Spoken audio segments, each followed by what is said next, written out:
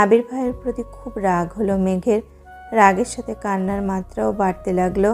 ছাদের দরজার পাশেই বসে ফুপিয়ে ফুপিয়ে কাঁদছে মেঘ। নিজেকে সান্ত্বনা দেওয়ার কোনো ভাষাই খুঁজে পাচ্ছে না অষ্টাদশী। আচমকা আবির ভাই হাজির হলো মেঘের সামনে। মেঘ তখনও কান্নায় ব্যস্ত। আবির গম্ভীর কণ্ঠে শুধালো, এখানে কি করছিস? আবির ভাইয়ের কণ্ঠ শুনে মেঘ ভূত দেখার মতো চমকে উঠল। মেঘের কান্নার তীব্রতা এতটাই বেড়ে গেছিল যে ছাদের কর্নার থেকে আবির শুনতে পেয়ে ছুটে এসেছে। অতিরিক্ত কান্নায় মেঘের শরীর কাঁপছে। জোর করে কান্না থামিয়েছে, এখনও নাক টানছে আর জোরে জোরে শ্বাস ছাড়ছে। আবির ভাই গম্ভীর স্বরে পুনরায় বলল, কথা বলছিস না কেন? এত রাতে এখানে কি করছিস? মেঘ এবার কিছুটা স্বাভাবিক হয়। ছাদের ফ্লোরের দিকে তাকিয়ে ধীর স্থির কণ্ঠে উত্তর দিল, এমনি এসেছিলাম। আবিরের শরীর ঝুঁকে এলো। মেঘ তখনও ছাদের ফ্লোরেই বসা। চাঁদের আলোতে স্পষ্ট বোঝা যাচ্ছিল মেঘের অভিব্যক্তি। চিবুক নেমেছে গলায়, হাত পা কাঁপছে। ভয় আর কান্নার প্রতিক্রিয়ায় দুইটাই অনুভব করছে অষ্টাদশী। আবির আচমকা মেঘের বাহুতে ধরল, একটানে দাঁড় করালো মেঘকে। মেঘের শরীরের কম্পন তীব্র হলো। হৃৎপিণ্ডের ধূপধাপ বেড়ে যাচ্ছে সহসা। চোখ তুলে তাকাতে পারছে না। আবির তীক্ষ্ণ দৃষ্টিতে তাকালো মেঘের দিকে। রাগে কটমট করতে করতে বলল, তুই কাঁদছিলি কেন? মেঘ উত্তর খুঁজে পাচ্ছে না। কিভাবে বলবে?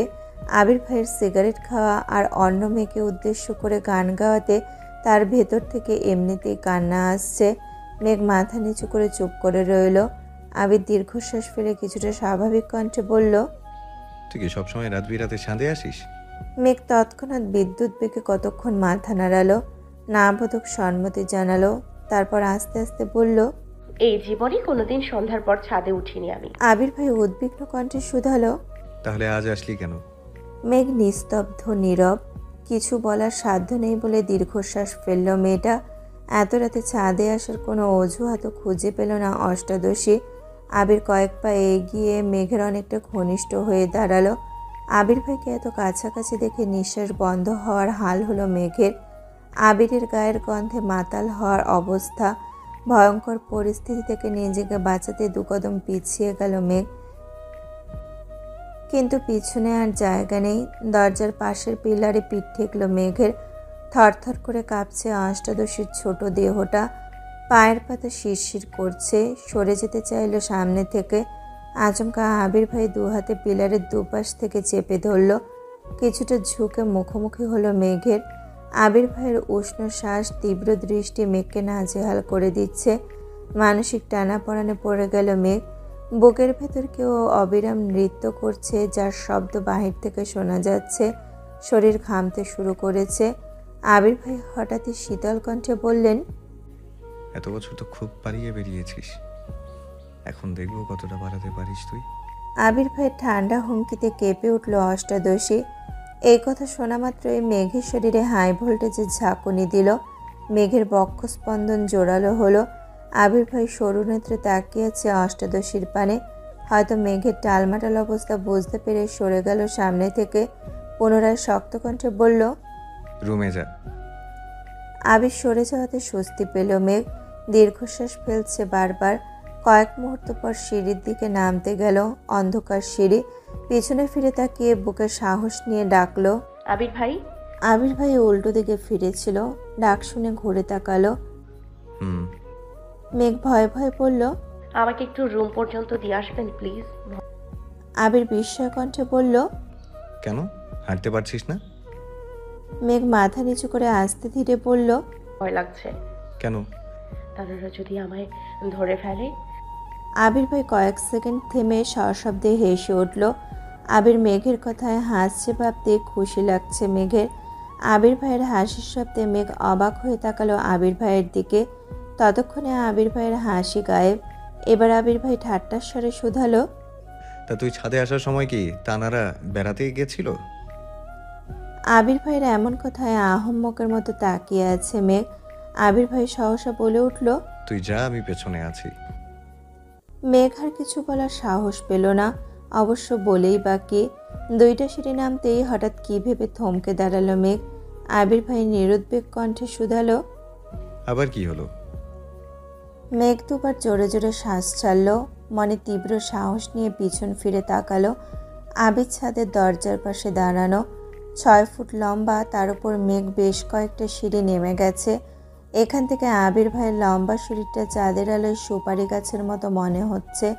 মেঘ উদ্বিগ্ন কণ্ঠে প্রশ্ন করল। আবির ভাই, আপনি সিগারেট খান কেন? মেঘের কথায় আবির যেন ছোটোখাটো টাসকি খেলো। মুহূর্তে গম্ভীর কণ্ঠে বলল। তার জবাব দিয়ে কি তোকে দিতে হবে?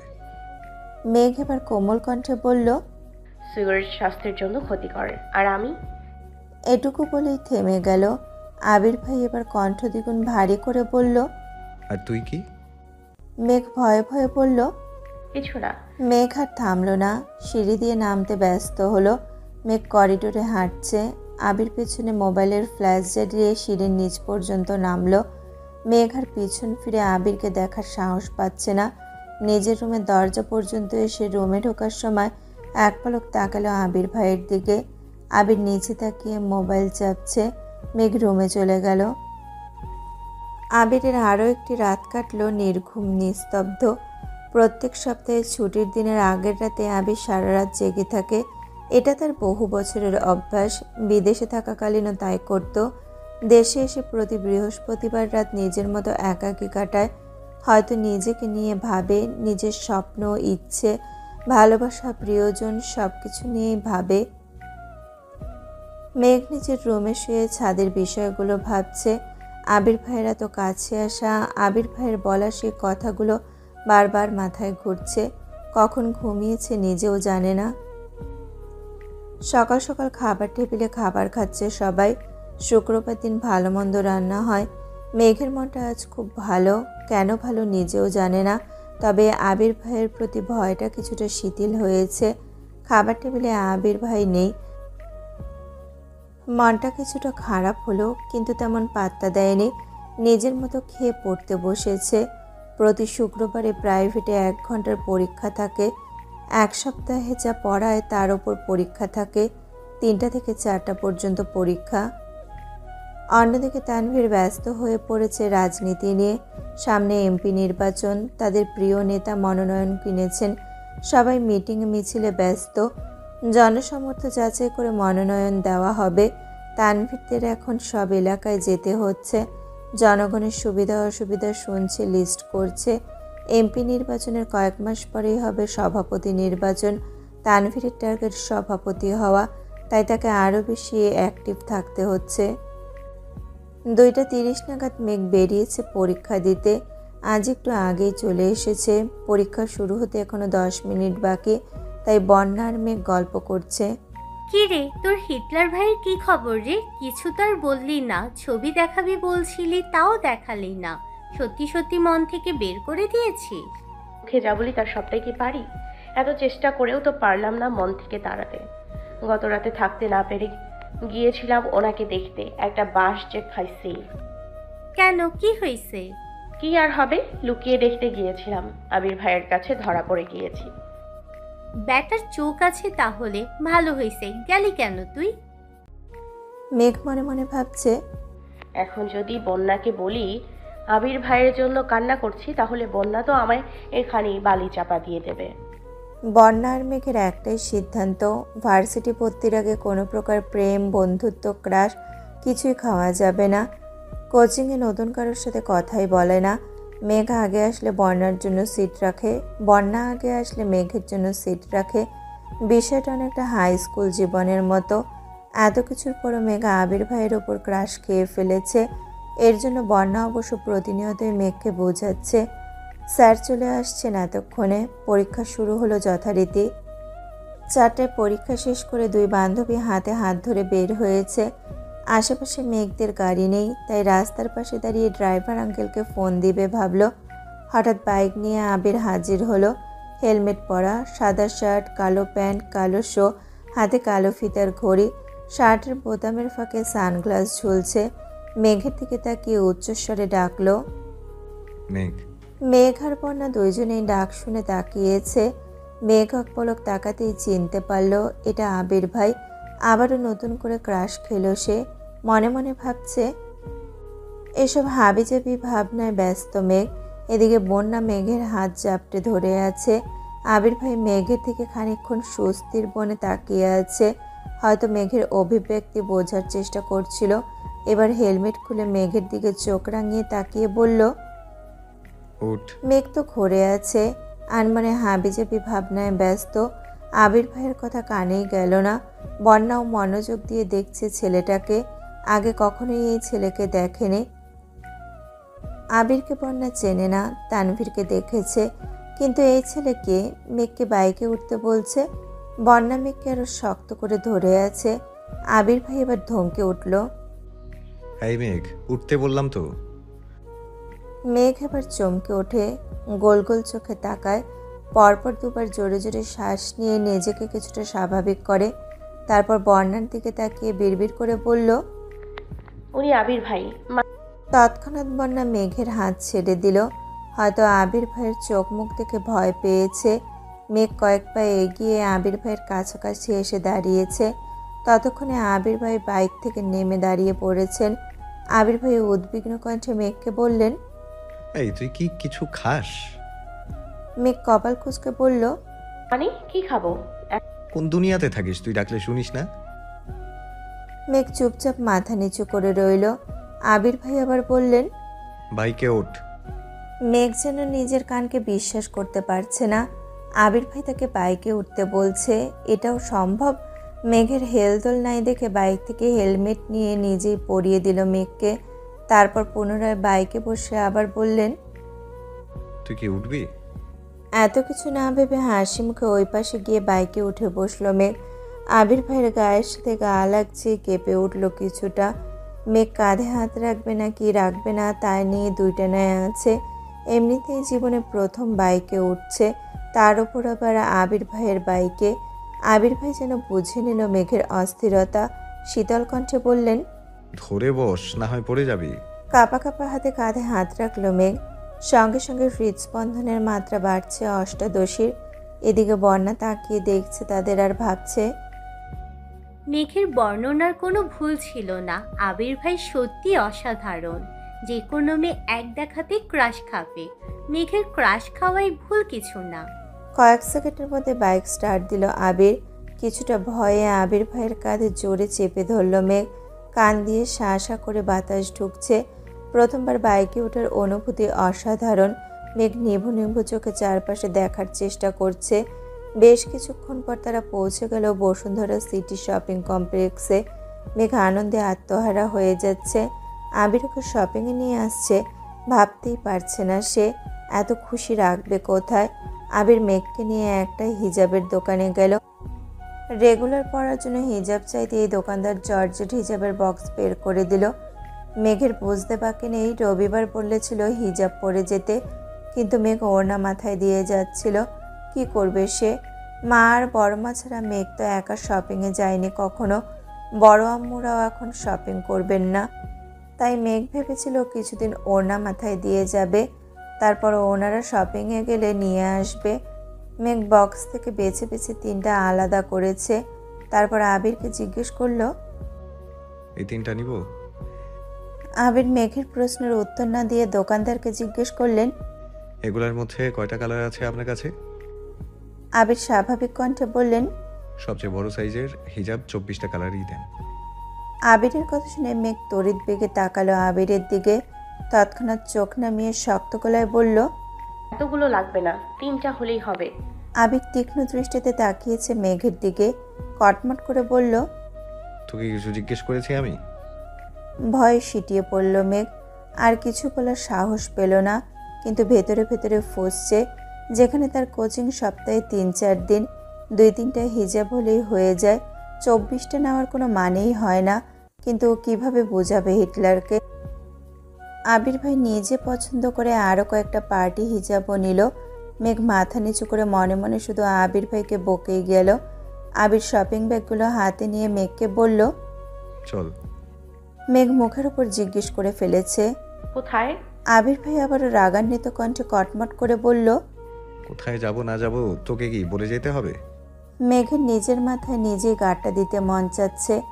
সবসময় আম্মু, বড় আম্মুকে আর বন্যাকে কথার পাল্টা ঝটপট প্রশ্ন করে অভ্যস্ত মেঘ। তাই আবির ভাইকেও তেমনই জিজ্ঞেস করে ফেলছে। আবির ভাইয়ের পিছন পিছন একটা জুয়েলার্সের দোকানে ঢুকলো মেঘ। আবির ভাই একজনকে জিজ্ঞেস করলেন। আজকে কি নেওয়া যাবে? লোকটা হাসি মুখে উত্তর দিল। 2 মিনিটের মধ্যে লোকটা পুনরায় প্রশ্ন করলো। আবির ভাই তৎক্ষণাৎ বললেন, প্যাকিং লাগবে না, রেডি হলে আমায় দেন। লোকটা একজোড়া নূপুর এগিয়ে দিল আবিরের দিকে। মেঘ উৎসুক জনতার ন্যায় নূপুর দুইটা দেখছে, অনেক মোটা আর খুব সুন্দর ডিজাইনের। হঠাৎ আবির ভাইয়ের কাণ্ডে মেঘ কারেন্টের খাম্বার ন্যায় স্তব্ধ হয়ে গেছে। আবিরের এক হাঁটু ফ্লোরে আর একটা পা স্বাভাবিক রেখে নিচে বসেছে, যেভাবে প্রপোজ করে অনেকটা সেভাবে। সহসা মেঘের এক পা নিজের হাঁটুর উপর রেখে একটা নূপুর পরিয়ে দিল। এদিকে মেঘের নিঃশ্বাস বন্ধ হওয়ার অবস্থা, হৃৎপিণ্ড কম্পনের তীব্রতা বুঝতে পেরে মনে হচ্ছে এই যাত্রায় আর বাঁচবে না। আবির ভাইকে না করার শক্তিটুকুও পাচ্ছে না। খাম্বার মতো স্থির, যা হওয়ার তা তো শরীরের ভেতর হচ্ছে। রক্ত সঞ্চালনের মাত্রা বাড়ছে। মনে হচ্ছে এই বুঝি প্রেশার উঠে যাচ্ছে মেঘের। দুপায়ে নূপুর পরিয়ে আবির পুনরায় চেয়ারে বসে মেঘের দিকে তাকিয়ে জিজ্ঞেস করলো, দেখ কেমন লাগছে? মেঘ তখনও নিষ্পলক চোখে তাকিয়েছে আবির ভাইয়ের দিকে। আবির রাগে ফুঁসতে ফুঁসতে দাঁতে দাঁত চেপে বললেন, তোকে নূপুর দেখতে বলেছি, আমায় না। আবিরের কথায় দোকানদার জোরে হাসি শুরু করেছে। ততক্ষণে মেঘ স্বাভাবিক হলো। পরিস্থিতি বুঝতে পেরে তাড়াতাড়ি পায়ের দিকে তাকালো। সত্যি অনেক সুন্দর লাগছে। ফর্সা পাগুলো দেখতে অন্যরকম লাগছে। খুশিতে গদগদ হয়ে বলল, অনেক ধন্যবাদ আবির ভাই। আবির ভাই দোকানদারের বিল পরিশোধ করে কাছাকাছি একটা রেস্টুরেন্টে গেলেন। মেঘের মাথায় শুধু ঘুরঘুর করছে এসব কিছু স্বপ্ন। একটু পর ঘুম ভাঙবে আর সব শেষ হয়ে যাবে। রেস্টুরেন্টে বসে আবির ভাই মেঘের দিকে মেনু কার্ড এগিয়ে দিলেন আর বললেন, তোর যা খেতে ইচ্ছে হয় অর্ডার দে। মেঘ নিজের পছন্দ মতো কাচ্চির সাথে বোরহানি বলল। ওয়েটারকে 2টা কাচ্চি দিতে বলল আবির, সাথে 2টা বোরহানি। মেঘ উত্তেজিত হয়ে জিজ্ঞেস করলো, আবির ভাই আপনার কি কাচ্চি পছন্দ? আবির এবার বিরক্ত হয়ে বলল, আমার পছন্দ অপছন্দ তোর জেনে কাজ নেই। মেঘের মুখটা চুপসে গেল। খাবার আশায় দুজন চুপচাপ খাবার খেলো। মেঘ অবশ্য কয়েকবার চোখ তুলে তুলে আবিরকে দেখছিল, কিন্তু আবিরের সেদিকে কোনো ভ্রুক্ষেপ নেই। সব কাজ শেষে আবির বাইকে উঠতে যাবে, তখন মেঘ আবির ভাইকে ডাকলো। আবির ভাই। হুম। না কিছু না। আবির এবার সত্যি সত্যি রেগে গেল। কণ্ঠ 3 গুণ ভারী হলো। রাগান্বিত স্বরে বলে উঠল, তোকে হিজাব আর নুপুর দিয়েছি বলে খুশিতে বেশি লাফাইস না। মাথায় ওনা দিয়ে যাতে বইয়ের মতো করে চলাফেরা করতে না পারিস সেই জন্য হিজাব দিয়েছি। আর তুই সারাক্ষণ টই টই করে কোথায় ঘুরিস তা তোর নুপুরের শব্দেই বুঝতে পারবো। এতে তোকে শাস্তি দিতে সুবিধা হবে। মেঘ আহম্মক বনে গেল। কি না কি ভাবছিল সে। আর আবির ভাই ভালোবেসে গিফট দিচ্ছে। আহা, সে কি অনুভূতি! সেই অনুভূতিতে এক বালতি পানি ঢেলে দিল আবির ভাই। আবির কণ্ঠ খাদে নামিয়ে বললেন, ওঠ। মেঘ ভয়ে ভয়ে চুপচাপ পিছনে উঠল। এবার আর আবির ভাইকে ধরে বসবে না ঠিক করলো। আবির ধমকে উঠল, এক কথা তোকে কতবার বলতে হয় মেঘ? ধরে বস, না হয় রাস্তায় ফেলে চলে যাব। মেঘের ছোট দেহ কম্পিত হয়। সহসা চেপে ধরে আবির ভাইয়ের কাঁধ। আবিরের অভিব্যক্তি বোঝা গেল না। বাসার সামনে পর্যন্ত আসলো, কিন্তু কেউ কোনো কথা বলল না। বাসার সামনে বাইক থামিয়ে বলল, বাসায় যা। মেঘ বাইক থেকে নেমে আবির ভাইয়ের দিকে তাকিয়ে জিজ্ঞেস করলো, আপনি যাবেন না? না। কোথায় যাবেন? আবির বিরক্তি নিয়ে বললেন, তুই কে যে তোকে আমার বলে যেতে হবে কোথায় যাব না যাব? আর একবার আমার মুখের উপর প্রশ্ন করবি তো সঙ্গে সঙ্গে থাপ্পড় দিব। মেঘের মুখটা চুপসে গেছে। চিবুক নামিয়েছে গলায়। পাতলা ওষ্ঠে বিড়বিড় করে বলল, হিটলার একটা। আবির ভাই তৎক্ষণাৎ জবাব, আমি হিটলার হলে তুই কি? আবির ভাই শুনে ফেলেছে। আতকে উঠল মেঘ। আবির ভাইয়ের দিকে তাকানোর সাহস হলো না। থাপ্পড়ের ভয়ে ছুটে পালালো বাড়ির ভিতর। আবির নিষ্পলক চোখে তাকিয়ে আছে অষ্টাদশীর পায়ের দিকে। নূপুরের ঝনঝন শব্দ কানে লাগছে। অকস্মাৎ আবিরের ঠোঁটের কোণে এক চিলতে হাসির ঝলক দেখা গেল। মেঘ এক ছুটে বাড়ির ভেতরে ঢুকলো। সোফায় বসে গল্প করছিল মালিহা খান, হালিমা খান আর আকলিমা খান। মেঘকে ছুটতে দেখে দৃষ্টি পড়ল সেদিকে। আকলিমা খান ডেকে বললেন, মেঘ, কি হয়েছে তোর? এভাবে ছুটছিস কেন? মেঘ সিঁড়ির নিচে এসে থামলো। হাঁপাচ্ছে মেয়েটা, জোরে জোরে নিঃশ্বাস নিচ্ছে আর বারবার দরজার দিকে তাকাচ্ছে। আবির ভাই বলেছে কোথায় যাবে, তারপরও যদি কোনো কারণে বাসায় চলে আসে, এই আশঙ্কায় বারবার তাকাচ্ছে মেঘ। হালিমা খান সূক্ষ্ম নজরে মেয়ের পায়ের দিকে তাকিয়ে জিজ্ঞেস করলেন, তুই নূপুর পেলি কোথায়? মেঘ এবার দরজার দিক থেকে দৃষ্টি সরিয়ে মা কাকিয়ার দিকে তাকালো। অকস্মাৎ বলে উঠল, আবির ভাই দিয়েছে। হালিমা খান, মালিহা খান আর আকলিমা খান তিনজন অবাক হয়ে চোখাচোখি করলো কিছুক্ষণ। মালিহা খান পুনরায় জিজ্ঞেস করলেন, আবির তোকে নূপুর দিয়েছে মা? মেঘ এবার স্পষ্ট দৃষ্টিতে তাকালো, একটু রাগী ভাব নিয়ে বলল, আবির ভাই দিয়েছে বড় আম্মু। তোমার ছেলে না দিলে কি তোমার ছেলের কথা বলতাম আমি? হালিমা খান কয়েক মুহূর্ত নীরব থেকে আবার বললেন, তোর মনে আছে মেঘ, আবির বিদেশে যাওয়ার 6 মাস আগে তোর নূপুরগুলো তোর থেকে আমি নিয়েছিলাম। মেঘ কিছুক্ষণ ভাবলো, তারপর বলল, হ্যাঁ আম্মু, মনে পড়ছে। ওই নূপুরগুলো কোথায়? হালিমা খান সহসা উত্তর দিলেন, ওইগুলো তো আমার কাছেই আছে, কিন্তু সেদিন নূপুরগুলো আমি নিজের ইচ্ছাতে নিইনি, আবিরই বলেছিল নিতে। মেঘ চমকে উঠল মায়ের কথায়, ছুটে এসে বসলো সোফায়। হালিমা খান একটু ভেবে চিনতে বললেন, তেমন কিছু না, আবির আমার কাছে এসেছিল তোর পায়ের নূপুরের শব্দে নাকি ওর মাথা ধরে, ঘুমাইলে দৌড়াদৌড়ি করিস, ঝনঝন করলে ওর মাথা ব্যথা করে, পড়তে পারে না, তাই বলেছিল নূপুরগুলো খুলে রেখে দিতে। তাই আমিও আবিরের কথা মতো তোর থেকে নূপুর নিয়েছিলাম। এরপর তুইও আর কখনো চাসনি, আমিও আর তোকে দিইনি। 2-1 বছর পর মনে হয়েছিল, আমার, কিন্তু বের করে দেখি ওগুলো তোর লাগবে না। এজন্য তোর আব্বুকে বলে রাখছিলাম, তুই চাইলে যেন নূপুর বানিয়ে দেয়। তখন তো আবির ছিল না, এই জন্য আজকে তোর পায়ে নূপুর দেখে আমরা অবাক হচ্ছিলাম। মেঘ ভাবনায় পড়ে গেল। ছোটবেলায় আবির ভাই নূপুর খুলতে বললে এখন উনি নিজের হাতে কেন পরিয়ে দিলেন? এখন কি ওনার মাথা ব্যথা ভালো হয়ে গেছে? তৎক্ষণাৎ মনে হলো আবির ভাইয়ের কথা। তাহলে কি সত্যি আমার চাল চলন পর্যবেক্ষণ করতেই নূপুরগুলো দিয়েছেন উনি? ছোটবেলার কথা ভেবে মনটা নরম হয়েছে ওনার। আকলিমা খান হাসি মুখে বলে উঠলেন, ওইসব বাদ দে, শপিং ব্যাগে কি রে মেঘ?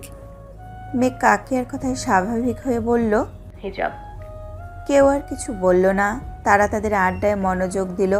মেঘও শপিং ব্যাগ নিয়ে সিঁড়িতে উঠায় ব্যস্ত হলো। রাতে আর আবিরের সাথে মেঘের দেখা হয়নি। প্রতিদিনের মতো আজকেও সকাল 8টায় অফিসের জন্য রেডি হয়ে খেতে বসেছে আবির। মেঘ ইচ্ছে করে আজ সেজেগুজে খেতে নামবে ভাবল। চুল ছাড়াই সেগুলো কোমর ছাড়িয়ে পড়ছে। মাথায় পিচ্চি বাচ্চার মতো একটা পুতুলের বেলও দিয়ে দিয়েছে। কালো জামা পরেছে, সাথে ম্যাচিং কালো ওড়না। ওষ্ঠদয়ে হালকা গোলাপি রঞ্জকও লাগিয়েছে। সিঁড়ি দিয়ে নামছে। আবির এক পলক তাকাতেই স্তব্ধ হয়ে রইল। মেয়েটা এমনিতেই অনেক ফর্সা, তার মধ্যে কালো জামা পরাতে অসম্ভব সুন্দর লাগছে। সাথে চুলগুলো ছাড়া থাকাতে মায়াবন বিহারীর মতো লাগছে অষ্টাদশীকে। আবির চোখ সরাতে পারছে না। অবিচলিত আঁখিতে তাকিয়ে আছে অষ্টাদশীর পানে। হঠাৎ তানভীর ডেকে উঠল, ভাইয়া, তুমি কি আজ ফ্রি আছো? মনোযোগ নষ্ট হলো আবিরের। মেঘের দিক থেকে চোখ নামালো। তানভীরের দিকে না তাকিয়েই বলল, কেন? আজকে আমাদের হবুম্পির জন্মদিন। উনি তোমার কথা বলছিলেন, তুমি দেশে আছে জেনে খুব করে বললেন তুমি যেতে। আবিরের স্বাভাবিক জবাব, কখন যেতে হবে?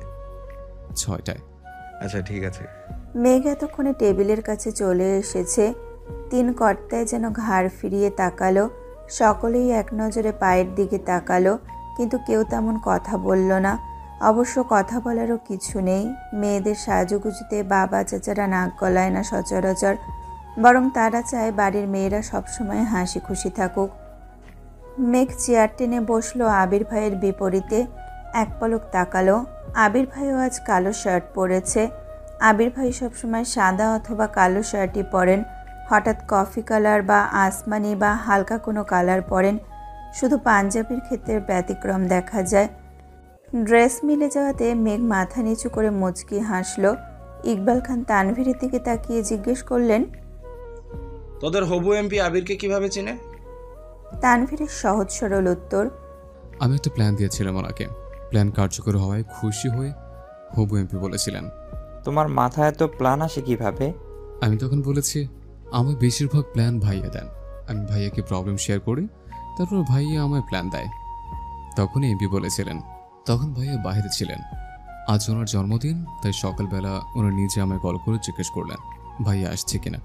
আমি হ্যাঁ বলাতে উনি নিজে বারবার বললেন ভাইয়াকে নিয়ে যেতে। ইকবাল খানের সাথে মোজাম্মেল খান এবং আলী আহমেদ খানও যেন মনোযোগ দিয়ে তানভীরের কথাগুলো শুনছিল। মোজাম্মেল খান সবসময় চুপচাপ থাকেন, যার সিদ্ধান্ত সকল কিছু বড় ভাইয়ের। তানভীরের এসব কথা শুনে আলী আহমেদ খান রাগে ফুঁসছেন। রাগান্বিত স্বরে বললেন, আবির, আমি কিন্তু তোমায় আগেই সাবধান করেছি, রাজনীতিতে তুমি জড়াবে না। আবির নিরুদ্বেগ কণ্ঠে উত্তর দিল, আমি তো বলেছি রাজনীতি করব না। তাহলে তানভীরকে রাজনীতি নিয়ে প্ল্যান দাও কেন? হ্যাঁ, রাজনীতি নিয়ে মাথা ঘামাও কেন তুমি? আর এমপির জন্মদিনে যেতে এক কথা রাজি হলে কেন? এই বুদ্ধি প্ল্যান ব্যবসায় লাগালে আমাদের ব্যবসাটা আরও এগোতো। গম্ভীর কণ্ঠে একটানা কথাগুলো বললেন আলী আহমেদ খান। মেঘ, মিম আর আদি চুপচাপ খাচ্ছে।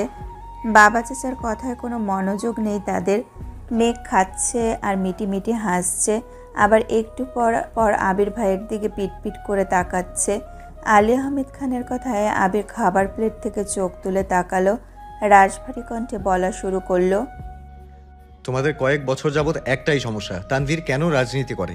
মেইন কথা, তোমরা রাজনীতি পছন্দ করো না, কিন্তু আমি মন থেকে চাই তানভীর রাজনীতি করুক, এবং সেটা মাঝপথে ছাড়ার জন্য না। সভাপতি, এমপি, মন্ত্রী পদে পদে নিজের সাফল্য বয়ে আনুক, এবং আমার বিশ্বাস আমার ভাই সফল হবে ইনশাল্লাহ। কয়েক সেকেন্ড থেমে আবার বলা শুরু করলো, প্রতিটা বিষয়ে আমরা নিজেরা যখন ভাবি তখন একতরফা ভাবি। মনে হয় আমরা যা ভাবছি সেটাই ঠিক, এটা করলেই পারফেক্ট হবে, কিন্তু সব দিক থেকে সেটা পারফেক্ট নাও হতে পারে। তাই তানভীর পরিস্থিতি বুঝে নিজে যা ভাবে সেটা আমায় জানায়। যদি ভাবনা ঠিক থাকে তাহলে আমি বলি ঠিক আছে, না হয় আমি সাজেশন দেই এটা এভাবে না করে ওভাবে কর, এইটুকুই। এই কথাগুলো তানভীর চাইলে আমায় না বলে তাদের কমিটির লোকজনকে বলতে পারতো, কিন্তু তানভীরের যেহেতু ইচ্ছে সভাপতি হওয়ার, তার প্ল্যান সভাপতি জানলে সে কাজ করবে, তখন তানভীরের নাম থাকবে না। এজন্য তানভীর আমায় শেয়ার করে। আরেকটা বিষয় হলো ব্যবসা। আমি ব্যবসায় ঢুকেছি মাত্র 1 সপ্তাহ হলো। আমি সব কিছু বুঝে নেই ঠিকমতো, তারপর দেখো ব্যবসায় মনোযোগ দিতে পারি কিনা। এমপির জন্মদিনে যেতে রাজি হওয়ারও কারণ আছে। এবার বাবা চাচাদের দিকে এক পলক তাকিয়ে চোখ নামিয়ে বলা শুরু করলো, তোমরা এখন নামি দামি ব্যবসায়ী। একসময় তোমাদের ব্যবসা অনেক ছোট ছিল, অনেক ঝামেলা পোহাতে হয়েছে তোমাদের। তখন আমি ছোট ছিলাম, তবুও যতটা সম্ভব বুঝেছি। বর্তমানে আমি নতুন ব্যবসা শুরু করতে যাচ্ছি। আমারও কাগজপত্র নিয়ে অনেক জায়গায় দৌড়াদৌড়ি করতে হবে। অনেক বিত্তবানদের সঙ্গে ব্যবসার দিক থেকে টক্কর লাগবে। শুধু টাকা থাকলেই সব কিছু করা সম্ভব হয় না, সাথে পাওয়ার প্রয়োজন হয়। অনেক সময় পুলিশের থেকেও রাজনৈতিক পাওয়ার বেশি কাজে লাগে। আইনিভাবে যে বিষয় সমাধান করতে মাসের পর মাস লেগে যায়, সেটা বড় বড় নেতাদের একটা কলেই সলভ হয়ে যায়। তানভীরের যেহেতু রাজনীতিতে আগ্রহ আছে, তাহলে সে মনোযোগ দিয়ে রাজনীতি করুক। আমি ব্যবসা সামলাই। তানভীর ভালো অবস্থানে থাকলে আর আমি মোটামুটি পরিচিত থাকলে আমাদের যে কোনো প্রয়োজনে আশেপাশের মানুষের সাহায্য পাবো। এতগুলো কথা বলে এবার আবির থামলো। মেঘ হাঁ করে তাকিয়ে আছে আবির ভাইয়ের দিকে আর ভাবছে, কি দূরদর্শী চিন্তা ভাবনা আবির ভাইয়ের। মেঘ মনে মনে নিজেকে বাহবা দিচ্ছে। আবির ভাইয়ের জন্য হিটলার নামটা একদম ঠিকঠাক। আলী আহমেদ খান, মোজাম্মেল খান এবং ইকবাল খান তিনজনই অবাক চোখে তাকিয়ে আছে। ইকবাল খান সহসা বলে উঠলেন, দেখেছো ভাইয়া, আবির চিন্তা ভাবনা কত দূর। আগে থেকে ভেবে চিন্তা মাঠে নেমেছে। তুমি খামোখা চিন্তা করো ওর জন্য, দেখবে আমাদের ব্যবসাতে খুব শীঘ্রই পরিবর্তন আসবে ইনশাল্লাহ। আলী আহমেদ খান আর কথা খুঁজে পেলেন না। খাওয়া শেষ করে উঠে গেলেন। মোজাম্মেল খান তানভীরের দিকে তাকিয়ে বললেন, আমাদের মান না রাখ, আবিরের মান অন্তত রাখিস। তানভীর শীতল কণ্ঠে জবাব দিল, আমি সর্বোচ্চ চেষ্টা করব ভাইয়াকে সব দিক থেকে সাহায্য করার। সকলেই নীরব। এতক্ষণে মোটামুটি সবার খাওয়া শেষ। সবাই সবার মতো উঠে যাচ্ছে। আবিরের খাওয়া শেষ হতেই যেই না উঠতে যাবে, নজর পড়ল অষ্টাদশীর পানে। কাজল পরিহিতা টানা টানা চোখ, গভীর দৃষ্টিতে তাকিয়ে আছে আবিরের দিকে। আবির টেনে হিচড়ে দৃষ্টি সংযত করলো, হালকা করে কাশি দিল। মেঘ এখনো বিভোরে তাকিয়ে আছে। আবির এবার দাঁড়াতে দাঁড়াতে বলল, মুখটা বন্ধ কর মেঘ, মাছি ঠুকবে মুখে। মেঘ নড়ে চড়ে বসলো। আবির ততক্ষণে বেসিনে চলে গেছে হাত ধুতে। মেঘ নিজের মাথায় নিজে গাঁটটা দিল। ছি, আবির ভাই কি ভাবলো? যতই মন শক্ত করি, আহাম্মকের মতো আবির ভাইয়ের দিকে তাকিয়ে থাকবো না ভাবি, ততই যেন আবির ভাইয়ের কাছে বেকুব সাজতেছে। সেই যে মাথা নিচু করে খাচ্ছে আর মনে মনে নিজেকে বকতে ব্যস্ত। আবির ভাই কখন ব্যাগ নিয়ে বেরিয়েছেন সেদিকেও নজর নেই মেঘের। খাওয়া শেষ করে রুমে গিয়ে পড়তে বসছে। আজ কোচিং প্রাইভেট নেই, তাই 3টা পর্যন্ত টানা পড়াশোনা করেছে। তারপর গোসল করে খেতে এসেছে। বিকেল হয়ে গেছে, তাই কাকি আর বড় আম্মু ঘুমাচ্ছেন। হালিমা খানও শুয়েছিলেন। মেঘের সিঁড়িতে নামার সময় নূপুরের শব্দে বেরিয়ে এসে খাবার দিলেন মেঘকে। মেঘ চুপচাপ খাবার খাচ্ছে। হালিমা খান পাশে চেয়ারে বসে শান্ত কণ্ঠে মেয়েকে জিজ্ঞেস করলেন, পড়াশোনা ঠিক মতো করছিস তো মা? মেঘ ওপর নিচ মাথা নাড়ালো শুধু। আর তো কয়েকদিন, এরপরই তো রেজাল্ট দিয়ে দেবে, তারপরেই তো ভর্তির পরীক্ষা, যুদ্ধ শুরু হয়ে যাবে। মেঘ চুপচাপ খাওয়া শেষ করে সোফায় বসে টিভি দেখছিল। হালিমা খান সব গুছিয়ে মেয়ের পাশে বসলেন। মেঘ কিছুক্ষণ পর মায়ের উরুর উপর মাথা রেখে শুয়ে পড়ল। হালিমা খান সযত্নে মেয়ের মাথায় হাত বুলিয়ে দিচ্ছেন।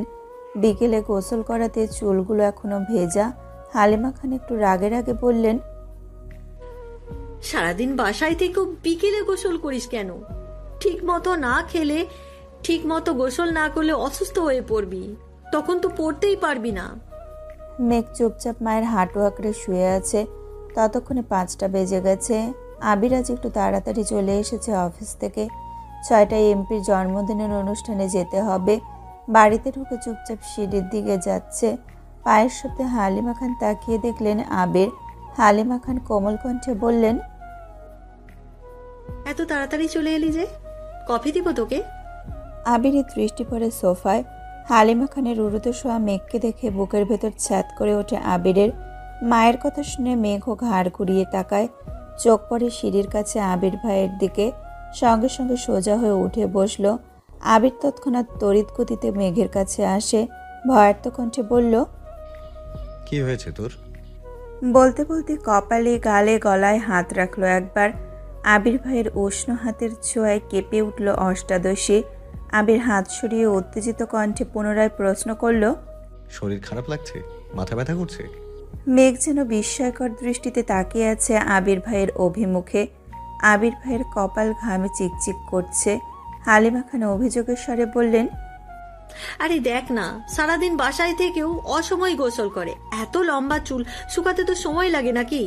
নিজের কোনো যত্ন নেয় না, কিচ্ছু না। আবির সহসা বলে উঠল, মামুনি, একটু কফি করে দিবে প্লিজ?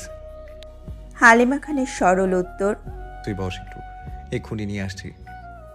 হালিমা খান উঠে রান্নাঘরে গেলেন। আবির ঘুরে গিয়ে হালিমা খানের জায়গায় বসলেন। মেঘ নিচের দিকে চেয়ে ঠোঁট কামড়ে ধরে বসে আছে। শীর্ণ বক্ষ ধরফর করছে অষ্টাদশীর। আবির ক্ষুদ্র চোখে তাকিয়ে আছে অষ্টাদশীর পানে। নিরুদ্যম কণ্ঠে শুধালো, কি হয়েছে তোর?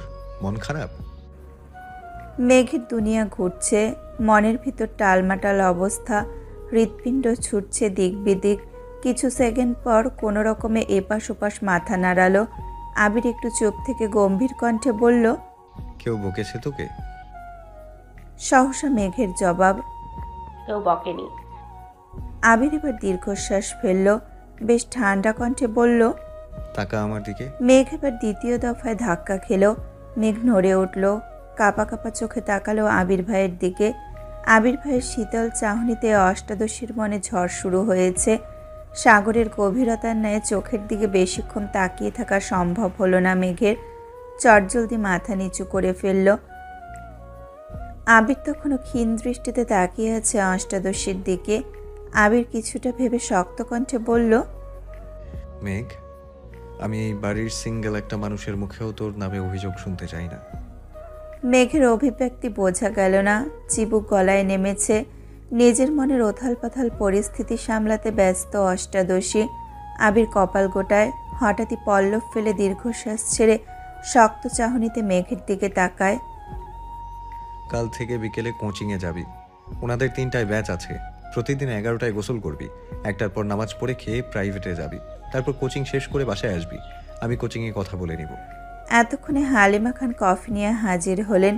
আবির স্বাভাবিক কণ্ঠে বলল, মামুনি, মেঘ কাল থেকে 11টায় গোসল করবে আর বিকেলে কোচিংয়ে যাবে। ওর গোসলের টাইম যদি 1 মিনিট এদিক সেদিক হয় তুমি সঙ্গে সঙ্গে আমায় কল করবে। এতটুকু বলে কফির কাপ নিয়ে সিঁড়ি দিয়ে ধপাধপ করে ওপরে চলে গেল। মেঘের হৃৎপিণ্ড দুভাগ হয়ে গেল আবির ভাইয়ের কথায়। এতদিন মনের ভেতর শুধু তুফান চালিয়েছে এই লোকটা, এখন মেঘের জীবনেও তুফান চালাচ্ছেন। বন্যা তো 10টার ব্যাচে যাবে, মেঘ একা একা বিকালে পড়তে যাবে। ওখানে তো কাউরে চেনে না, ভাবতেই আহত হলো মনটা। ঠায় সোফায় হেলান দিয়ে বসে আছে মেঘ। হালিমা খান মেঘকে 1 কাপ কফি এনে দিলেন। মেঘ কিছুটা স্বাভাবিক হয়ে কফি খাওয়ায় মনোযোগ দিল। কিছুক্ষণ পর মেঘ সিঁড়ি দিয়ে উঠছে রুমে যাওয়ার উদ্দেশ্যে। তখনই সিঁড়ি দিয়ে ব্যস্ত পায়ে নামছে আবির ভাই। এমপির জন্মদিনের অনুষ্ঠানে যাওয়ার জন্য রেডি হয়েছেন। খয়েরি রঙের শার্ট কোনই পর্যন্ত হাতা ভাঁজ করা, কালো প্যান্ট দিয়ে ইন করা, নতুন শো জুতা, চোখে নতুন একটা সানগ্লাস, চুলগুলো খুব সুন্দর করে স্টাইল করা। এক পলক তাকাতেই মেঘ থমকে দাঁড়ালো সিঁড়িতে। আবির ভাইয়ের এক হাত পকেটে, অন্য হাতের আঙুলে বাইকের চাবি ঘোরাতে ঘোরাতে মেঘের পাশ কেটে নেমে গেলেন। মেঘ ওইখানেই দাঁড়িয়ে পড়েছে। বডি স্প্রের তীব্র গন্ধে ঘাড় ঘুরিয়ে তাকালো আবির ভাইয়ের দিকে। যতক্ষণ দেখা গেল ততক্ষণ স্থির দৃষ্টিতে তাকিয়ে রইল। বিড়বিড় করে বলল, ওনার যন্ত্রণায় আমাকে পাবনা যেতে হবে মনে হচ্ছে। কিছুক্ষণ পর মেঘ রুমে চলে গেল। তানভীর সারাদিনেও বাসায় ফিরতে পারেনি। সেই যে সকালে বের হয়েছিল, সারাদিন নির্বাচনের কাজে ব্যস্ত, বিকেলে বাহিরেই খেয়েছে। তারপর থেকে জন্মদিনের অনুষ্ঠানের কাজে ব্যস্ত। কোথায় কি রাখবে, কিভাবে করবে, সভাপতি, সাধারণ সদস্য সকলেই ব্যস্ত। অনুষ্ঠান শুরু হওয়ার পর্যায়ে আবির উপস্থিত হলো। আবিরকে দেখে তানভীর ছুটে এসেছে, পরিচয় করিয়ে দিয়েছে হবু এমপির সাথে। হ্যান্ডশেক করে মত বিনিময় শুরু করলেন দুজনে। অনুষ্ঠান ভালোই শেষ হলো। বেশ কিছু ছবিও তোলা হয়েছে এমপির ফ্যামিলির সাথে। আবির, তানভীর এমপির 2 পাশে দাঁড়িয়ে কেক খাওয়ানো সহ আরও অনেক ছবি তোলা হয়েছে। সেখান থেকে 4টা ছবি আবির ফেসবুকে আপলোড করেছে, সাথে জন্মদিনের ক্যাপশন দিয়ে। অনুষ্ঠান শেষে তানভীর বলল, ভাইয়া তুমি কি আমার বাইকে লিফট দিবা? এক রিক্সা করে বাড়ি যাব। আবির এক মুহূর্ত ভেবে উত্তর দিল, আজ থেকে যেতে পারবি, সমস্যা নেই। তানভীর খুশিতে আত্মহারা হয়ে গেছে। 10 দিনের মাথায় ভাইয়ের বাইকে ওঠার অনুমতি পেল। বাইক চালাতে চালাতে আবির গম্ভীর কণ্ঠে তানভীরকে বলল। তানভীর স্বাভাবিকভাবেই বলল, তোর কাছে মেঘের বান্ধবীর নম্বর আছে? হ্যাঁ আছে। কেন ভাইয়া? আবির রাশভারী কণ্ঠে বলল, তুই তাকে কল দিয়ে বলিস কাল থেকে যেন 3টায় কোচিংয়ে যায়। মেঘের ব্যাচ টাইম চেঞ্জ করে দিয়েছি, সাথে তারটাও। কোচিংয়ের লোকের সাথে কথা বলেছি।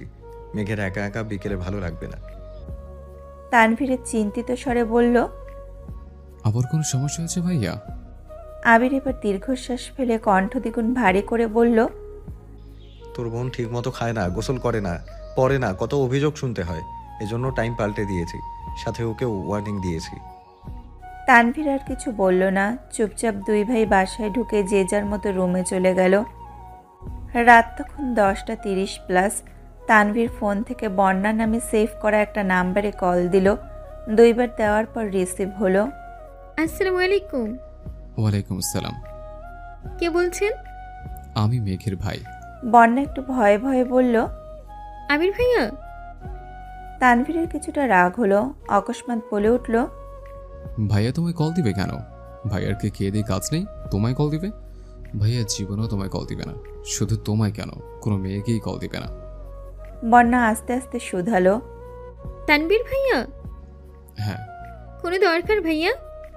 শোনো, তুমি কাল থেকে 2টার ব্যাচে প্রাইভেট পড়বে আর 3টার ব্যাচে কোচিং করবে। মেঘ বিকেলে কোচিং করবে, এটা জানানোর জন্য কল দিয়েছে। ভুল করে আবার সকালে চলে যেও না। আল্লাহ হাফেজ। এতটুকু বলে কল কেটে দিল তানভীর। বন্যা খাটের উপর টাসকি খেয়ে বসে পড়ল, কিছু ভাবতে পারছে না। কিছুক্ষণ স্থির থেকে তাড়াতাড়ি কল করলো মেঘকে। একবার বাজতেই কল রিসিভ করলো মেঘ। এই পাগল, তোর কি হয়েছে রে? কাল থেকে এতবার কল দিচ্ছি, কোনো খবর নেই তোর। সেই যে আবির ভাইয়ের সাথে বাইকে গেলি, কি হলো তাও বলি না। কি অঘটন ঘটাচ্ছিস তুই? আমি অঘটন ঘটাইনি, আবির ভাই অঘটন ঘটাইছে। উনি আমার মনের ভেতর ঢুকে আমার জীবনের 14টা বাজায় দিছে। আমার খাওয়া, গোসল, ঘুম সবকিছুর নাজেহাল অবস্থা করে ফেলছে। ওনাকে যতবার দেখছি ততবারই ভেঙে চুরে যাচ্ছি আমি। বারবার নতুন করে ক্রাশ খাই, কি করব বল? বন্যা এবার রাগে বলল, রাত বিরাতে নেশা করা ছেড়ে ঘুমা, বাই। কি জন্য কল দিয়েছিল তা বলতেই পারল না। মেঘের এসব হাবিজাবি কথা শুনতে তার এখন একটুও ভালো লাগে না। কোথায় সিরিয়াস মুডে কল দিল মেঘকে। মেঘ যেন ঘোরেই পড়ে আছে। মেঘ আর কল ব্যাক করলো না। আবির ভাই তো শুধুই আমার ক্রাশ তো ক্ষণিকের। উনিও তো কিছুদিন পর বিয়ে করবেন, তখন তো আমাকে মেনে নিতেই হবে। আমার তো সাহসে কুলাবে না আবির ভাইকে কিছু বলার। মেঘ ফেসবুকে ঢুকলো। ঢুকতেই সামনে আসলো আবির ভাইয়ের 3 ঘন্টা আগে করা পোস্ট। ছবিগুলো খুব ভালো করে দেখছে মেঘ।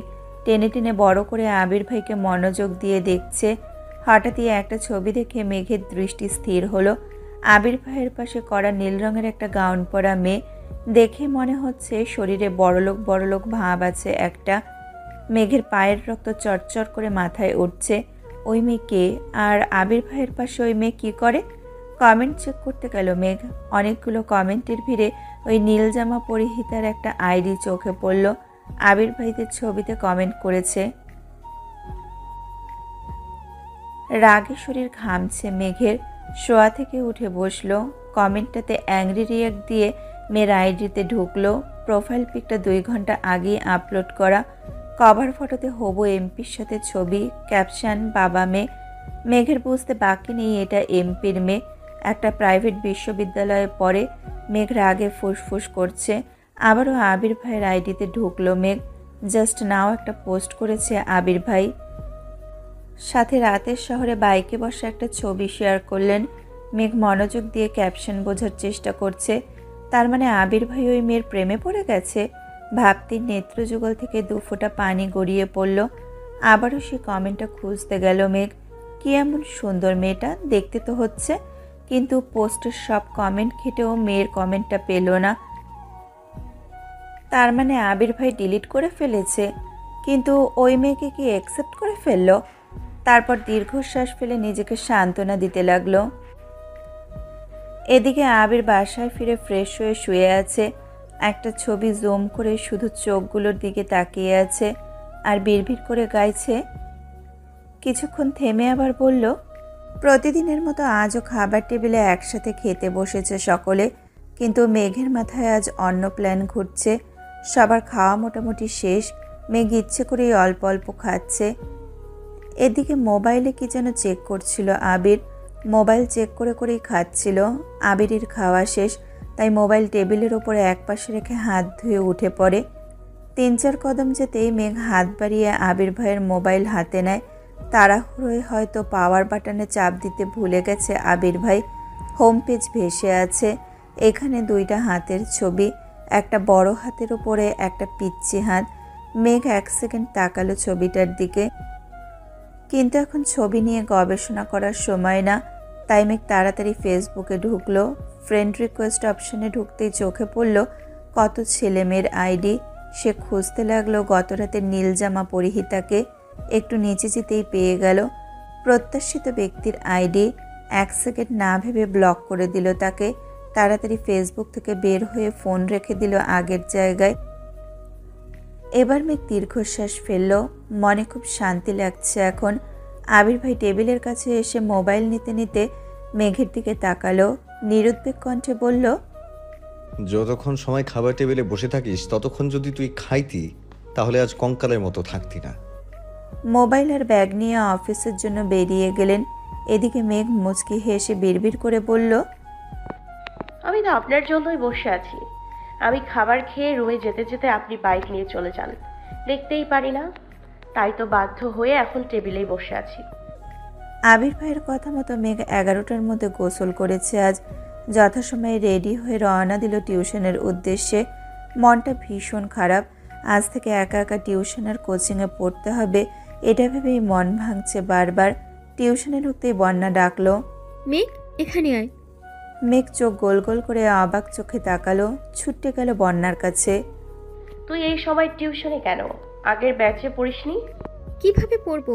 তোর বেস্ট হয়েছে, তোর ভোগান্তি তো আমাকে ভুগতে হবেই। মানে? গতকাল রাতে তানভীর ভাইয়া কল দিয়েছিল আমায়, বলে তোর সাথে আমারও টাইম পাল্টায় দিচ্ছে, আজ থেকে যেন বিকেলে আসি। তাহলে তুই জানাসনি কেন আমায়? আমি পুরো রাস্তা মন খারাপ করে এসেছি একা একা পড়তে হবে বলে। তোকে কিভাবে জানাবো? তুই তো আবির ভাইয়ের ঘরে ডুবে আছিস। মেঘ কিছুটা লজ্জা পেল, তারপর সশব্দে হেসে বলল, জানিস বন্যা, আমার হিজাবটা আবির ভাই কিনে দিচ্ছে। শুধু এটাই না, সর্বমোট 30টা হিজাব কিনে দিয়েছে। শুধু তাই না, দেখ আমার পায়ের নুপুরগুলো, এগুলো আবির ভাই দিয়েছে, তাও আবার নিজের হাতে পরিয়ে দিয়েছেন। দেখ সুন্দর না?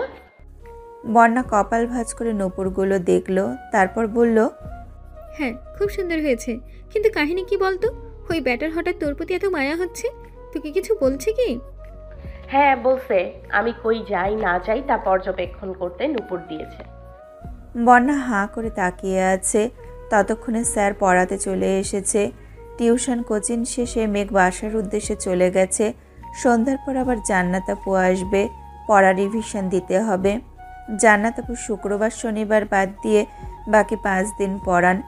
জান্নাত আপু খুব ভালো পড়ান। মেঘ ওনার ভক্ত হয়ে গেছে একেবারে। জান্নাত আপু মেঘকে খুব আদর করে। পড়াশোনার পাশাপাশি কিভাবে পড়লে ভালো হবে, রুটিন করা সব কিছুতেই হেল্প করেন। এই জন্য মেঘ ইদানিং পড়াশোনাতেও গুরুত্ব বেশি দিচ্ছে। এভাবে কেটে গেল 10-12 দিন। আবিরের সাথে মেঘের প্রতিদিন সকালে খাবার টেবিলে দেখা হয়। মাঝে মাঝে মেঘ আগে আসে, মাঝে মাঝে আবির আগে চলে আসে, তারপরও দেখা তো হয়। এতেই যেন মেঘের মনে সারাদিন প্রশান্তি কাজ করে। আবির বাড়ি ফিরে 11টা-12টার দিকে। আবিরের বাইকের শব্দ পেলেই মেঘ ছুটে যায় নিজের রুমের বারান্দায়। হেলমেটটা খুলে যখন বাইক থেকে নামে, মেঘ গভীর মনোযোগ দিয়ে দেখে সে দৃশ্য আর গুনগুন করে গান গায়। তারপর বাড়িতে ঢোকার আগ পর্যন্ত যতটুকু সম্ভব তাকিয়ে তাকিয়ে আবির ভাইকে দেখে। আবির ভাই বাড়িতে ঢুকে গেলে হাসি মুখে ঘুমিয়ে পড়ে মেঘ। এটাই যেন মেঘের দৈনিক রুটিন। কেন আবির ভাইকে দেখে তার কোনো উত্তর নেই অষ্টাদশীর কাছে। আবির ভাই কি শুধুই তার ক্রাশ, নাকি সে আবির ভাইকে ভালোবাসে, এর উত্তর নিজেও খুঁজে পায় না। তবে আবির ভাইকে অসম্ভব ভালো লাগে। আবির ভাইয়ের শীতল চাহনি বারংবার অষ্টাদশীর হৃদয়টা চূর্ণ বিচূর্ণ করে। আবির ভাইও অষ্টাদশীর মন মস্তিষ্ক জুড়ে বিচরণ করছে। 10-12 দিন পর সকালবেলা আবির জুসের গ্লাস হাতে নিয়ে 2 চুমুক খেলো কিনা, আলী আহমেদ খান বলে উঠলেন, আবির, তোকে একটু চট্টগ্রাম যেতে হবে। আবির তৎক্ষণাৎ বিষম খেলো। তানভীর তাড়াতাড়ি উঠে ভাইয়ের মাথায় ফু দিচ্ছে। রান্নাঘর থেকে ছুটে এসেছে মালিহা খান। এদিকে মেঘ অসহায়ের মতো তাকিয়ে আছে আবির ভাইয়ের দিকে। কিছুক্ষণ পর আবির স্বাভাবিক হয়ে বলল, আমি চট্টগ্রামে গিয়ে কি করব?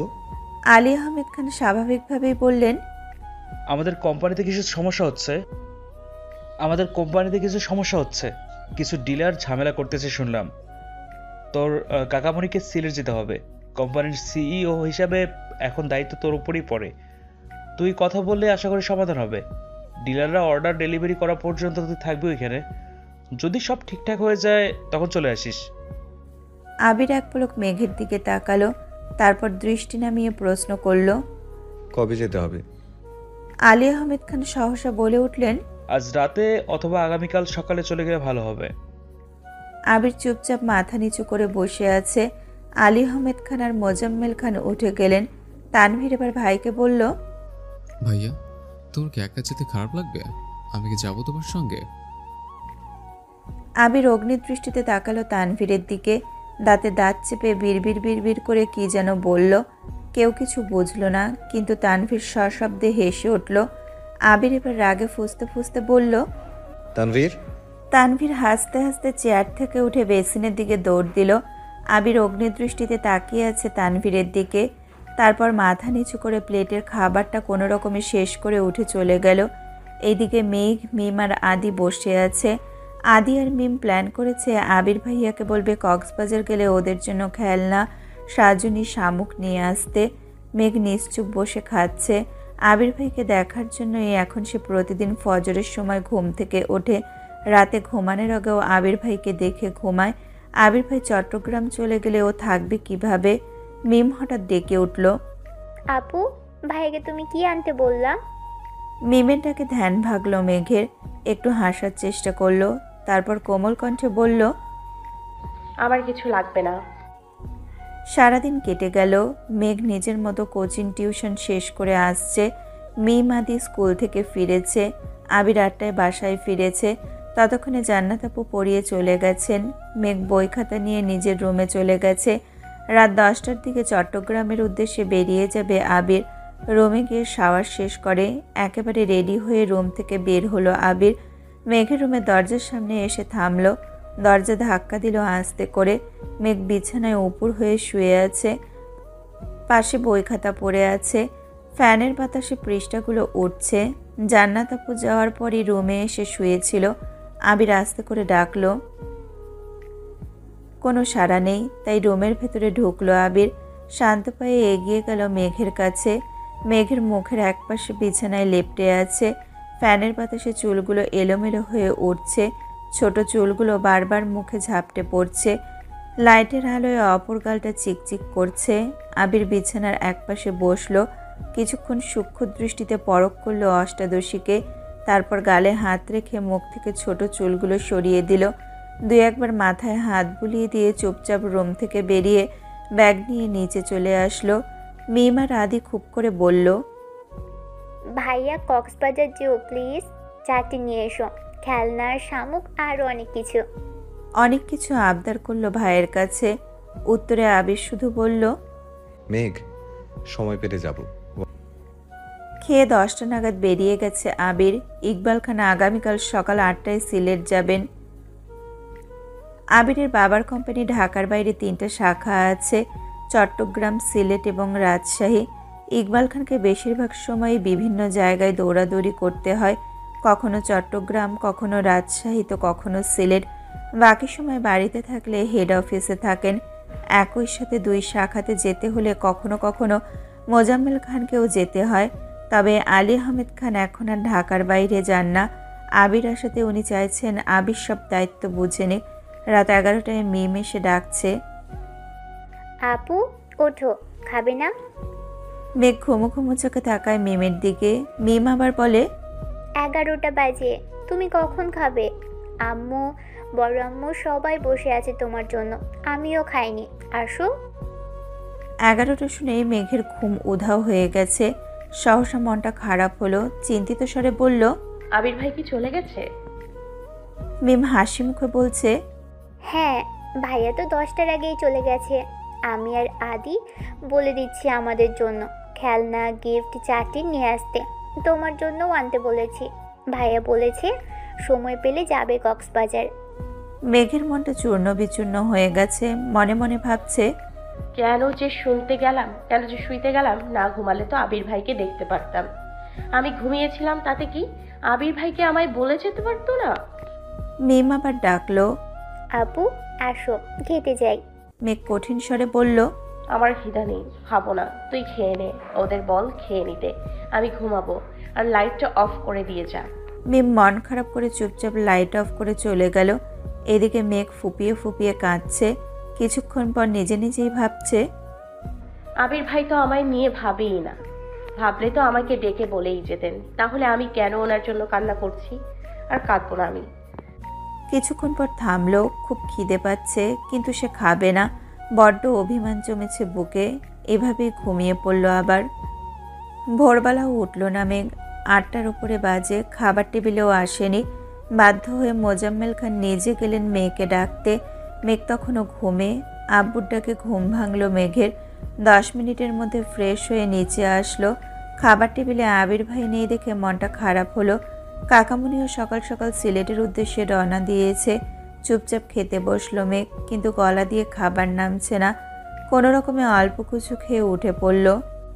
রুমে গিয়ে পড়ার চেষ্টা করলো মেঘ, কিন্তু পড়া মাথায় ঢুকছে না। মাথায় শুধু আবির ভাই ঘুরছে। আবির ভাই কেন বলে গেল না? এখন আবির ভাই কোথায় আছেন, খেয়েছেন কিনা, এইসব চিন্তায় ব্যস্ত হলো। একটু পর পর ডাটা অন করে ফেসবুকে ঢুকছে, কিন্তু আবির ভাই নেটে নেই, কোনো আপডেটও নেই। 10 মিনিট পর পর মেঘ ফেসবুক চেক করছে, কিন্তু তাতে কোনো লাভ হচ্ছে না। সারাদিন গেল এই পড়তে বসেছে, এই আবার ফোন চেক করছে। বিকেল নাগাদ কোনো খবর না পাওয়াতে মন খারাপ করে ঘুমিয়ে পড়ল। আবির চট্টগ্রামে এসে অফিসের কাজে ব্যস্ত হয়ে পড়েছে। বাসা থেকে আবিরের আম্মু কল দিয়ে খোঁজ নিয়েছে ছেলের। এছাড়া মোজাম্মেল খানও কাজের জন্য কয়েকবার কল দিয়েছে আবিরকে। দেখতে দেখতে 3টা দিন হয়ে গেল আবিরের চট্টগ্রাম আসা। সাথে অফিসের ঝামেলায় সারাদিন এক মুহূর্ত রেস্ট নিতে পারে না। অফিসের কাজের ফাঁকে 2-1বার বাসায় কল করে। আম্মু, মামনি, তানভীরের সাথে কথা হয়। মিম আর আদির এক কথা, ভাইয়া কক্সবাজার যেও প্লিজ, আমাদের জিনিসগুলো নিয়ে এসো। কিন্তু মেঘ যেন নিখোঁজ। আবির বিদেশে থাকাকালীন তানভীর বাসায় না থাকলে যেই মেয়ে একাই সারা বাড়ি মাতিয়ে রাখত, এখন আবির চট্টগ্রাম। তানভীর সকালে বের হয় পার্টি অফিসে আর ফেরে রাত 10টায়। বাবা চাচাও সারাদিন অফিসে থাকে, তারপরও মেঘকে সারাদিন খুঁজে পাওয়া যায় না। সকালে অল্প খেয়ে যে রুমে ঢুকে কোচিং থাকলে বের হয়, না হয় 3টা-4টায় ক্ষুধা লাগলে চুপচাপ এসে খাবার খায়, মাকেও ডাকে না। জান্নাত আপু এসে পড়িয়ে গেলে মেঘ অল্প খেয়ে আবার রুমে চলে যায়, মনমরা হয়ে থাকে সব সময়। আবিরের অফিসের ঝামেলা মোটামুটি মিটেছে। ডিলার প্রজেক্ট ডেলিভারি দেওয়া পর্যন্ত অপেক্ষা করতে হবে। 2 দিন ফ্রি থাকাতে মিম আর আদির কথা মনে করে কক্সবাজার গেল। এর আগে কখনো কক্সবাজার যায়নি আবির, এটাই জীবনে প্রথমবার। 5 স্টার হোটেলে রুম নিয়েছে। ফ্রেশ হয়ে বের হতে হতে বিকেল হয়ে গেছে। সমুদ্র সৈকতে দাঁড়িয়ে আছে আবির। প্রাকৃতিক সৌন্দর্য স্পষ্ট রূপ দিয়ে সজ্জিত বিশ্বের দীর্ঘতম সমুদ্র সৈকত কক্সবাজার। কক্সবাজারের সূর্যাস্তের ছবি প্রায় সবাই স্মৃতি হিসাবে রেখেছেন নিজেদের মোবাইল ফোন বা প্রতিটি বাড়ির দেওয়ালে। আবির সমুদ্রের ঢেউয়ের সঙ্গে গোধূলিবেলার সূর্যাস্ত দেখে বিমোহিত। অসংখ্য প্রাপ্তি, ক্লান্তি, হতাশা বিকীর্ণ হয়ে আছে আবিরের মনে। সমুদ্রের পানিতে অস্তমিত সূর্যের অপরূপ দৃশ্য উপভোগ করছে। কিছুক্ষণ পর আবিরের ফোন কল আসে। পকেট থেকে ফোন বের করে দেখে তানভীরের কল। রিসিভ করে। আসসালামু আলাইকুম ভাইয়া। ওয়ালাইকুম আসসালাম। কোথায় আছো? কক্সবাজার আসছি আজ। কেন? একটু দরকার ছিল। বল। এমপির মেয়ে নাকি তোমাকে রিকোয়েস্ট দিয়েছিল, তুমি নাকি তাকে ব্লক করে দিয়েছো। আজ এমপির বাসায় গিয়েছিলাম, মেয়ে তো তোমার কথা জিজ্ঞেস করছে আমায়। তুই কি বলছিস? প্রথমত এমনিতে বোঝানোর চেষ্টা করেছে, কিন্তু মানছে না। তাই বাধ্য হয়ে বলছি তুমি আরেকজনকে পছন্দ করো, তার সাথে তোমার বিয়ে ঠিক। আচ্ছা ঠিক আছে, কিন্তু একটা সমস্যা আছে ভাইয়া। আবার কি সমস্যা? এমপির মেয়ে যদি এমপিকে বলে আর উনি যদি আমায় জিজ্ঞেস করে, তখন আমি কি বলবো? যদি মেয়ের কথা জিজ্ঞেস করে তখন কি বলবো? প্রথমত এমপি কোনো সময় এসব বিষয় নিয়ে মাথা ঘামাবে না। আর যদি শুনে ছেলে অন্য কাউকে পছন্দ করে তাহলে আরও কিছু বলবে না। তারপরও যদি জিজ্ঞেস করে ফেলে তখন কি বলবো? বলবে তোর বোনের সাথে বিয়ে ঠিক। তারপর আবার কি? বাকিটা আমি সামলে নেব। যদি ফোর্স করে? আবির একটু গম্ভীর কণ্ঠে বলল, বেকুবের মতো কথা বলিস না তানভীর। এমপির মেয়ে হোক আর মন্ত্রীর মেয়ে, তার জন্য কি তুই নিজের ভালোবাসা কোরবান করবি নাকি? আজব। তানভীর আর কথা বাড়ালো না। আচ্ছা ভাইয়া, এখন রাখি তাহলে। আল্লাহ হাফেজ। আল্লাহ হাফেজ। কল কেটে আবির ডাটা অন করে ফেসবুকে ঢোকে। কেন জানি মনে হলো ব্লক লিস্ট চেক করবে। ব্লক লিস্টে ঢুকতেই চোখে পড়ল প্রথম আইডিটাই ওই মেয়ের। 2 সেকেন্ড ভাবলো, সে তো শুধু কমেন্ট ডিলিট করেছিল, ব্লক তো করেনি। এটা যে মেঘের কাজ তা বুঝতে বেশিক্ষণ সময় লাগলো না। কিন্তু মেঘ ফোন পেল কোথায়? আরও কিছুক্ষণ ভাবার পর মনে হলো টেবিলের ওপর ফোন রেখে যাওয়ার ঘটনা। তার মানে সেই দিনই ব্লক করেছে। অজান্তেই ঠোঁটের কোণে এক চিলতে মুচকি হাসির ঝলক দেখা গেল। আস্তে আস্তে বলল, এই সামান্য বিষয়ে জ্বলে উঠলে সইবি কিভাবে এত ঝড়ঝঞ্ঝা? এত তাড়াতাড়ি তো তোকে আমার করে নিব না, আবার খুব বেশি কষ্টও দিব না তোকে। অন্ধকার নেমেছে বিচে। একটু হাঁটাহাঁটি করলো আবির। ভাই বোনের জন্য কিছু কেনাকাটাও করলো। তারপর হোটেলে চলে আসছে। কেটে গেল আরও 2 দিন। আবির বাড়ি নেই 6 দিন যাবৎ। অষ্টাদশীর মনে বিষণ্ণতা ছেয়ে গেছে। খায় না ঠিকমতো, পড়াশোনা করে না, মোবাইলও চাপে না, কথাও বলে না কারোর সাথে, শুধু টিউশন আর কোচিং যায় আর সে এতটুকুই। আজ সকাল থেকে মনটা মাত্রাতিরিক্ত খারাপ। তানভীর ডেকে এনে খাবার টেবিলে বসিয়েছে। তানভীর আজকাল পার্টি অফিসে দৌড়াদৌড়িতে মেঘকে কিছুই বলে না। মেঘকে এখন আর আগের মতো বকেও না। মেঘ যেমন পাল্টে গেছে তেমনই তানভীরও পাল্টে গেছে। মেঘ খাবার টেবিলে বসে কোনো কথা না বলেই অল্প খাবার খেলো। তানভীর মোজাম্মেল খানকে প্রশ্ন করল,